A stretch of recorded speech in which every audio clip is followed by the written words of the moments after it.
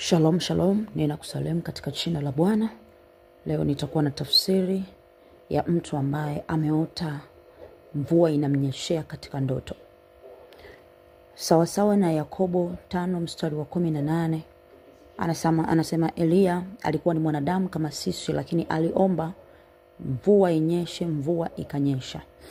Unapoona mvua inanyesha kwenye ndoto, zingatia isiwe mvua ya maji machafu, lakini pia isiwe mvua yenye mafuriko. Iwe mvua yenye maji masafi na mvua ile ya kawaida, au hata kama inanyesha sana lakini ina maji masafi.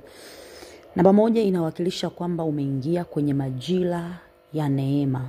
Umeingia kwenye majira ya neema. Namba 2 inamaanisha kwamba Mungu amejibu maombi yako, kwa sababu tunaona katika hiyo Yakobo 5:18 anasema Elia alikuwa ni mwanadamu kama sisi, lakini aliomba mvua inyeshe na mvua ikanyesha.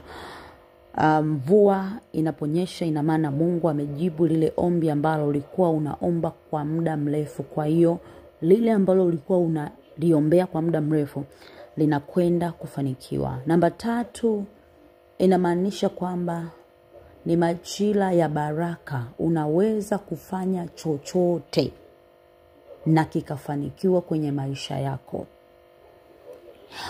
Lakini pia inawakilisha ni msimu wa masika kwenye maisha yako. Kwa hiyo kama kulikuwa kuna jambo lolote unatamani kulifanya, lolote, kama ulikuwa unatamani labda kwenda kusoma, unaweza kwenda kusoma na ukafanikiwa, kwa sababu majira ya masika ukipanda zao lolote huwa yanamea. Unaweza ukafungua biashara na ukafanikiwa.